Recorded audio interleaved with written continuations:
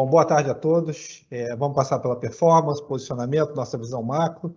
Essa é uma call que a gente está querendo cada vez mais botar mais esforço, mais conteúdo nelas para vocês.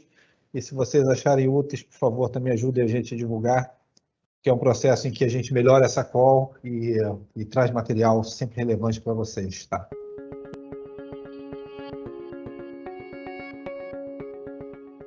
Olhando a nossa performance do mês, está o mês positivo de performance. Termos de asset classes, logicamente, que ajudou esse mês foi o Brasil. A principal diferença é que o Brasil performou bem para a gente esse mês, tá? Tanto na parte de ações quanto na parte de moedas, né? Nossa principal posição no momento é comprada no BRL em moedas, também o cupom cambial ajudou a gente. E nessa rubrica de outros, que vocês podem ver positiva no mês, o principal contribuidor foi a parte de commodities do fundo. Tá? No negativo, a parte de juros internacionais, que é uma conta que ajudou a gente durante o ano, né? Nossa posição tomada em juros fora do Brasil, principalmente, Estados Unidos, Europa e alguns outros países emergentes, mas esse mês ela foi negativa pelo fechamento de juros nos Estados Unidos. Olhando 12 meses, performance do fundo 9,55, todas as linhas contribuindo positivamente, e a gente vê a linha de ações como principal contribuidor, né? Mais ou menos 2/3 disso vem do nosso portfólio lá fora, 1/3 disso no portfólio aqui no Brasil. Aí vocês têm a divisão que vocês podem ver por rubrica, né? Subdivisão. Você vê esse mês especificamente, o que ajudou principalmente foi o book de ações local, né? Com boa performance do book direcional e do book long short. Você vê na conta de juros, juro internacional foi o principal detrator de performance, uma conta que tem ajudado a gente year to date, mas negativa no mês, vamos explicar as razões do nosso posicionamento. Na conta de moedas, posição no BRL e no cupom cambial, as duas positivas no mês. Tá? Commodities como principal dos outros books, né, que performaram bem no mês, compondo 0,71 de performance líquida no Atlas esse mês. Com o mês de maio, principalmente um mês positivo para risco, e o destaque global talvez tenha sido o Brasil. Tá? Tanto em termos de moeda, o BRL foi o melhor contribuidor. Você olha em termos de bolsa, Bovespa foi o melhor contribuidor em dólar, né, das bolsas globais, mas um mês positivo para risco de modo geral. Tá? As commodities mixed, misturado, né? Você vê ouro, cobre, açúcar performando bem, né? Enquanto algumas das commodities agrícolas, né, milho, trigo, com performance negativa no mês. A gente vai definir essa apresentação por essa frase do Churchill, né? Essa frase é interessante porque foi quando ele basicamente teve a primeira vitória significativa contra os nazistas na Segunda Guerra, que ele disse que não era o fim da guerra, não era o começo do fim da guerra, mas era o fim do começo. E é nesse sentido que a gente se sente hoje no ciclo econômico global. Por quê? Porque a gente não está no fim do ciclo nem no começo do fim do ciclo. Mas a gente está no fim do começo desse ciclo. Tá? Por que razão? Porque esse trimestre a gente vai ver o topo da aceleração de crescimento de PIB global, com os Estados Unidos liderando o topo da aceleração. A gente vai ver o topo do esforço monetário e fiscal. A partir desse trimestre, os Estados Unidos começam a consolidar fiscalmente. E a segunda maior economia do planeta, que é a China, a gente já passou pelo topo do esforço de crédito e pelo topo, por exemplo, de indicadores do mercado imobiliário chinês, que é importante para o PIB chinês como um todo. Tá? Então, a gente não está nem perto do fim desse ciclo, mas a gente já passou da primeira fase, né? A gente está em termos de metodologia e nomenclatura, a gente está saindo do early cycle, né, das primeiras etapas do ciclo, e está indo para uma segunda fase desse ciclo econômico.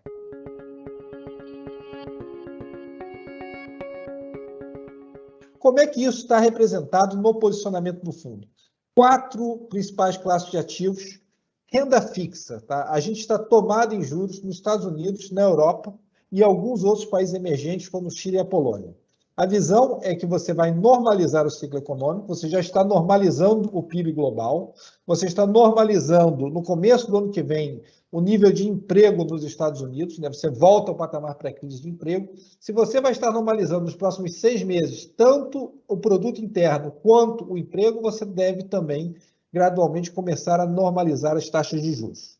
Tá? Então, uma visão de normalização do ciclo econômico nos juros. É importante mencionar, no Brasil, hoje, a gente tem pouquíssimas posições em juros. As nossas posições em DI se resumem a algumas posições de inclinação um pouco mais para frente na curva, ali entre 25 e 27, e uma posição pequena dada na parte mais curta da curva. Mas como falando de juros no nosso fundo hoje, estamos falando principalmente de juros fora do Brasil. Tá? Ações, algumas mudanças. Nós vínhamos comprados em ações internacionais até recentemente, tá? Com uma visão positiva para o ciclo de ações globais, mas como estamos passando dessa primeira fase do ciclo, também nesse trimestre nós vamos ver o topo de aceleração de crescimento de lucros do S&P.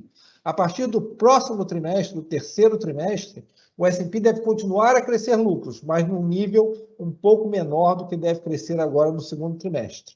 Então, dessa maneira, com essa desaceleração do crescimento, e nós esperamos também que o estímulo monetário e fiscal se reduza no terceiro e quarto trimestre nos Estados Unidos, nós estamos tomando uma posição neutra em relação ao índice nos Estados Unidos e até um pouco vendido do ponto de vista net.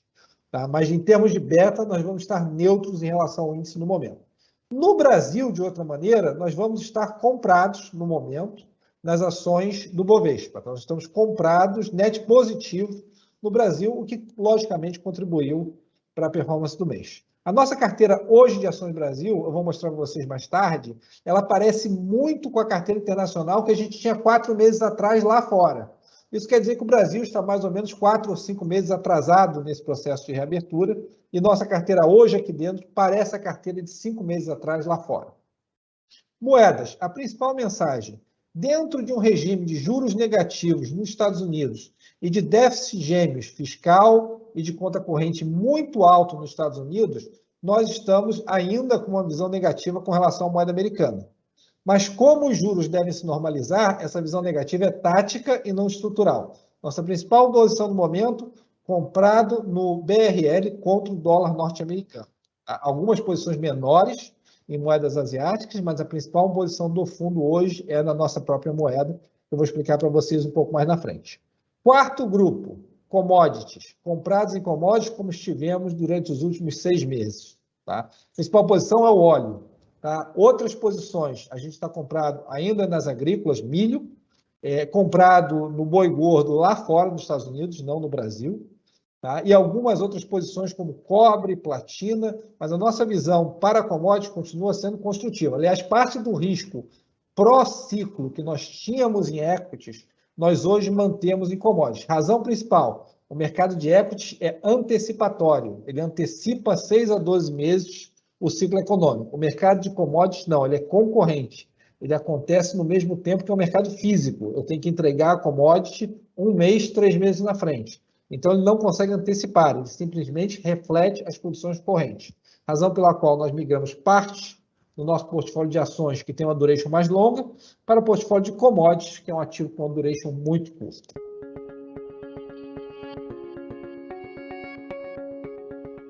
Esse slide que eu vou mostrar agora ilustra o que a gente discutiu do ciclo. Né? Esse trimestre é o pico do crescimento, o pico do esforço monetário e fiscal. No terceiro e no quarto trimestre, nos Estados Unidos, devemos ver contração fiscal. Quer dizer, o PIB americano, outras coisas iguais, ele deve contrair fiscalmente. Tá? O impulso fiscal vai ser negativo a partir do próximo trimestre. Falei da China, novamente, impulso de crédito. Vocês podem ver no gráfico da esquerda. Já passamos do pico do impulso de crédito e já passamos da melhor fase da início de área construída no mercado imobiliário chinês, que é importante para a economia como um todo. Novamente, vamos para um processo ainda saudável, mas um processo onde o melhor está atrás de nós e não na nossa frente. Outra coisa importante, falando agora da nossa posição de juros, ilustrando, o que está acontecendo no momento é que, se você olhar e decompuser a posição de juros dos Estados Unidos nominal, você percebe que a inflação implícita dos Estados Unidos continua num processo em elevação e os juros reais, na verdade, continuam em contração a níveis muito baixos. Tá? O que acontece aqui, na verdade? Existem 2 fatores. Você ainda trabalha sobre um ambiente de quantitative easing, QE, muito forte nos Estados Unidos, e você ainda trabalha com um sistema chamado Treasury General Account, que é a conta do Tesouro junto ao Federal Reserve, que está sendo revertida nesse momento, provendo liquidez para o mercado, na toada de 200, 300 bilhões por mês, recentemente. Então, você tem 120 bilhões de quantitative easing, mais 200 a 300 bilhões de TGA sendo revertida como liquidez para o mercado nos últimos 30 a 45 dias. O que isso causa? Causa, naturalmente, que os juros nominais estejam distorcidos, na nossa visão, por esse fator. E causa, principalmente, como o mercado pode puxar a implícita, causa que os juros reais trabalhem da maneira que estejam trabalhando. Em um sistema em que a economia esteja se normalizando, em que o PIB esteja se normalizando e o processo de emprego se normalizando, o juros reais deveria estar subindo e não caindo. A gente acha isso uma distorção. Nos próximos 2 meses, devemos ver o final da reversão do saldo da Treasury General Account, do saldo excedente, e também discussões sobre tapering. Nesse contexto, consideramos que os juros reais devem começar a reagir positivamente nos Estados Unidos. Essa conta, para a gente, é uma das mais fundamentais e mais importantes dessa apresentação. A gente foi, em todo o ciclo passado, e fez a seguinte pergunta: quantos meses, trimestres, antes da normalização do emprego, quer dizer, o emprego chega no ponto de estabilidade da Nairu, quando o Fed começa a tirar a acomodação? O prazo médio é de 4 a 6 trimestres, 1 ano a 1 ano e meio. Nós estamos, na nossa estimativa, a 2 trimestres, na verdade, 2 trimestres e meio, de normalizar o emprego em relação à Nairu. Vai ser em algum momento no começo de 2022. O Fed já deveria ter começado esse processo. Nós entendemos que tem um novo framework dentro do Fed, mas o risco é que ele tenha que se mover rapidamente quando o processo se iniciar. A gente considera que durante o verão do hemisfério norte, inverno do hemisfério sul, essa discussão deve começar e deve causar algum estresse nas taxas de juros reais nos mercados desenvolvidos. Outra coisa importante, a nossa posição tomada em juros não é simplesmente uma posição referente à normalização das taxas, também é um seguro contra a inflação. O Fed, trabalhando da maneira que trabalha no momento, ele se coloca numa posição de risco em relação à inflação. É tudo muito novo o que nós estamos vivendo. O framework do Fed é novo, o tipo de recessão e recuperação que estamos vivendo é nova, o nível de seguro-desemprego que os americanos estão vivendo, restringindo a oferta de trabalho no momento, é novo, e dessa forma o risco inflacionário está presente. Embora não seja um cenário central, nem nosso, nem no mercado, é um cenário que cada vez mais consideramos e estamos dispostos a comprar seguro para isso. Tá? Você vê no gráfico da esquerda, os empregos de baixa renda, a inflação salarial começa a estar presente. Na parte da direita, os preços começam a ser transferidos para o consumidor final e todas as pesquisas de contratação nos Estados Unidos, inclusive o Non-Farm Payroll, indicam dificuldade de oferta de trabalho. Isso é representado, isso tem como consequência natural aumento salarial, principalmente na questão do salário mínimo. Quando você aumenta o salário mínimo de 12, 14 para 17, em alguns casos que tem dólares por hora, que tem acontecido nos Estados Unidos, trazer isso de volta em período subsequente vai ser difícil e pode trazer pressões inflacionárias no médio prazo.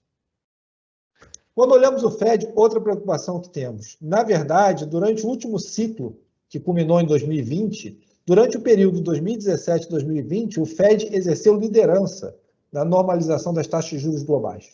Dessa vez, o Fed apresenta como um retardatário na normalização dos juros. Banco do Canadá, Banco da Inglaterra, Reserve Bank da Nova Zelândia, Banco da Coreia, alguns dos principais bancos do mundo já indicam a intenção de taper, a intenção de reduzir o nível de esforço monetário. No Fed, alguma discussão se inicia, mas ainda atrasada em relação a seus outros bancos centrais. Isso é uma das razões que a visão estrutural para a gente ainda é de dólar fraco. Tá? Os juros reais são muito negativos nos Estados Unidos e o Fed ainda se apresenta como um retardatário, um laggard nesse processo. Tá? Não obstante isso, a gente acredita que o Fed vai ter que seguir esse processo, os outros bancos centrais, e quando seguir em algum momento pode trazer um susto para o mercado, ou no verão do hemisfério norte, ou um pouco mais tarde no outono, mas ainda dentro desse ano. O S&P, mercado acionário, mencionamos, nós reduzimos a nossa participação, nossa exposição net em equity fora do Brasil. A principal razão está na tela. Esse trimestre vai ser o principal trimestre de crescimento de lucros. A partir dos próximos trimestres, você tem crescimento de lucros, mas não na mesma proporção. Conforme isso acontece, o estímulo monetário e fiscal é retirado, normalmente equities passam por um período de acomodação. Nós não estamos negativos em relação ao mercado de equities globais, mas não podemos manter a mesma postura positiva e pró-mercado que mantivemos durante os últimos 9 meses. Colaborando para essa visão, que você passa por uma acomodação nesse período, se você olhar as principais áreas de alto crescimento do mercado, as áreas com maior participação de pessoa física nos Estados Unidos, algumas correções bastante significantes já acontecem no mercado.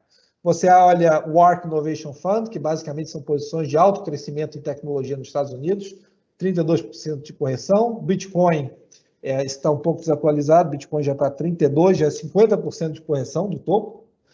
E a parte de SPACs nos Estados Unidos, caindo mais ou menos 31%.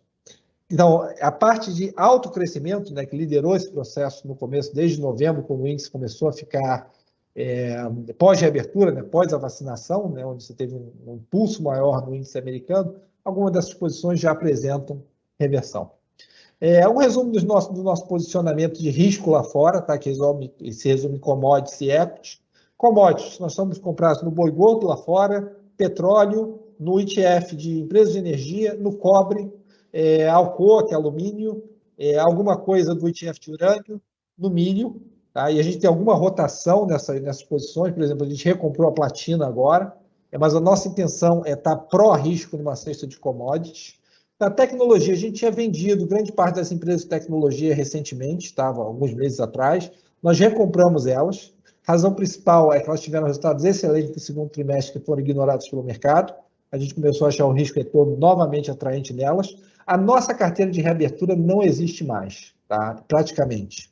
Então, as empresas de cassinos, as empresas de vestuário, as empresas de restaurantes, hoje são muito pequenas no balanço de risco do fundo como um todo. E é natural, a gente está movendo para uma outra fase do ciclo, essa parte do ciclo já foi devidamente precificada no nosso entendimento. Estamos vendidos em small caps, empresas de pequeno porte nos Estados Unidos. Na nossa concepção, quando a liquidez começa a ser retirada, devem começar a sofrer. E uma série, o mercado de real estate comercial nos Estados Unidos, que tem uma boa performance recente, mas a gente acha que a tendência estrutural é ruim. E a parte de utilities e staples, que devem sofrer com a elevação de taxas. Indo para a parte de commodities, a Fernanda vai colocar nesse chat, vai colar a nossa carta desse mês, que fala da economia verde e a demanda por commodities. Temos também a carta do mês passado, que fala do processo de escassez na economia com a reabertura, onde, na verdade, a gente menciona que algumas dessas commodities também devem apresentar escassez conforme a economia acelera agora no segundo trimestre. Dificuldade de oferta existe no cobre, por razões que demora tempo para você trazer oferta no mercado, são anos, não são meses para trazer oferta, e a demanda continua sólida com a economia verde.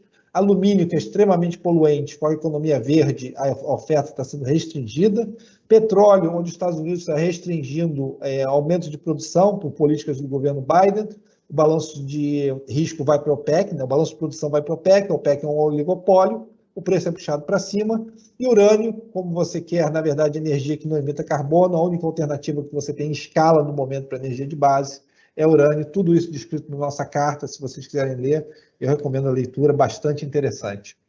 Falando do dólar, indo agora para a principal razão, essa ilustração é clara, a linha de 2 anos é a principal para moedas, você vê o quanto é o diferencial de juros real nos Estados Unidos no momento, em relação ao euro, por exemplo, mas em relação a quase todas as economias, você tem esse diferencial negativo para os Estados Unidos.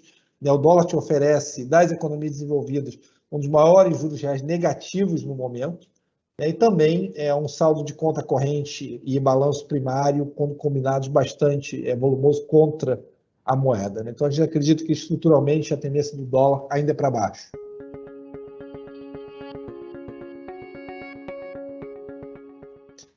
Quando a gente olha para o Brasil, agora vindo para o nosso país, a gente vamos relembrar o que a gente falou no mês passado. No mês passado, a gente falava que a gente não conseguia encontrar o preço da moeda em 5,60, por mais que a gente modelasse. Por mais que a gente fizesse modelagem, a gente considerasse o risco Brasil, representado pelo CDS do Brasil, se a gente considerasse as emissões do Tesouro e comparasse com outros países de desenvolvimento, como a África do Sul ou como o México, por mais que a gente fizesse modelagem e comparasse com os pares, a gente não chegava no nível de preço de 5,60. Então, a gente tomou uma posição positiva no real contra o dólar, tá? Essa posição fluiu bem, tá? A gente não vai dizer que a 5,005, que é o que está tradando na minha tela no momento, é o mesmo balanço de risco que a 5,60, mas a gente ainda mantém uma visão positiva. Por que a gente mantém uma visão positiva? Porque a gente está saindo, na verdade, está saindo de uma base muito baixa. Nossa base do Brasil é extremamente baixa. A gente está com quase 20% de desemprego ajustado no país. Tá? A gente está num processo em que você tinha tirado o auxílio emergencial do ano passado e você tinha caído num vazio de auxílio emergencial por meses. Você volta com esse auxílio, o que dá, na verdade, um impulso para uma economia que tem uma barra muito baixa, né, para pular, para performar, né? E você, na verdade, conforme você começa a tirar a segunda onda do Covid, que foi muito forte, e entra numa retomada do processo econômico, o político também tende a melhorar. Logicamente, quando você está sem auxílio emergencial, está no processo com uma onda muito pesada de Covid, naturalmente, e de desemprego de 20%, naturalmente o processo político ele se deteriora. Conforme essas coisas se revertem, você começa a recontratar, o país começa a trabalhar pós-segunda onda, e você começa a trazer um novo auxílio emergencial, a popularidade do governo tende a melhorar, do Congresso, e você começa a ter um ambiente político mais produtivo. Dentro desse ambiente mais produtivo, o que acontece é que várias coisas, vários indicadores começam a mudar a seu favor. Logicamente, o déficit começa a mudar a seu favor, a dívida começa a mudar a seu favor com o aumento das expectativas de PIB, e esse saldo comercial fantástico que nós temos tido com os aumentos dos preços das commodities, né, aumento das nossas exportações, começa a ser refletido nos ativos de risco. O primeiro ativo de risco que isso foi refletido foi a moeda. Tá? O Brasil começa, finalmente, o BRL começa a trabalhar melhor com os pares internacionais, né, fazendo o processo de catch-up com esses pares internacionais. A gente traz aí o dado desde janeiro de 2020, ali no começo da crise da Covid. Como é que o BRL recentemente, sim, começou a performar melhor, mas como é que ele ainda trabalha subpar em relação aos seus pares diretos. E não vamos ser inocentes na comparação do Brasil com seus pares. A África do Sul, por exemplo, a moeda da África do Sul performou fantasticamente bem. É um país institucionalmente com tantos problemas quanto o Brasil, é um país que tem uma questão fiscal muito complicada, emissões de papéis também pelo governo num montante muito complicado, dificuldade de colocar esse papel também, da mesma maneira que o Brasil teve um montante muito grande de papel para ser colocado durante esse ano e o ano anterior. Agora, quando você olha para a moeda do Brasil e a moeda desses pares, ainda é muito dispara a performance desses dois. Tá? E a gente acha isso, que você ainda tem um potencial para refletir esse sistema de troca. Lógico que de 5,60 para 5 foi mais fácil do que deve ser o caminho a partir dos 5. Tá? A gente vê o risco do Brasil mais simétrico no momento, era muito a nosso favor, né, no mês passado. Terceira onda, nova onda de Covid. A gente não acredita no momento. Tá? Algumas razões para isso. Você olha a imunidade de São Paulo, já está acima de 40%, principal estado do país. Aí você olha o cronograma de vacinas, o Brasil tem seguido um cronograma mediano de vacinas, mesmo em relação aos países desenvolvidos.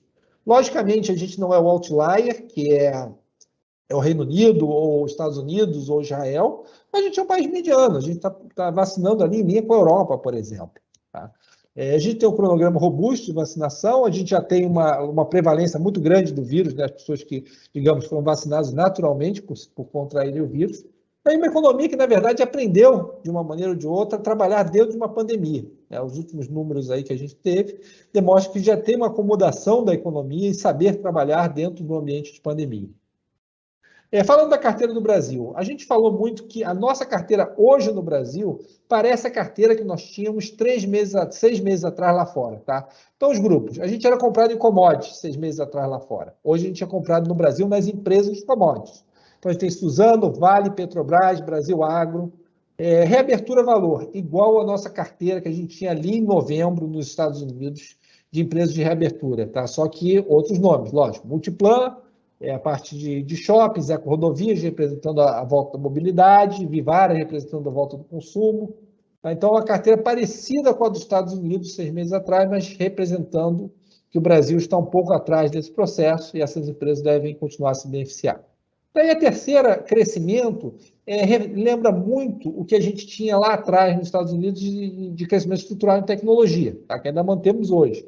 Mas são empresas que a gente acredita que podem crescer independentemente do nível de crescimento do PIB do Brasil. Tá? Então, a gente vai ter Notre Dame, vai ter Vamos, Açaí, tá? Representando aí esse grupo de crescimento estrutural. Lembrando que a gente está net comprado no momento, dentro do índice brasileiro.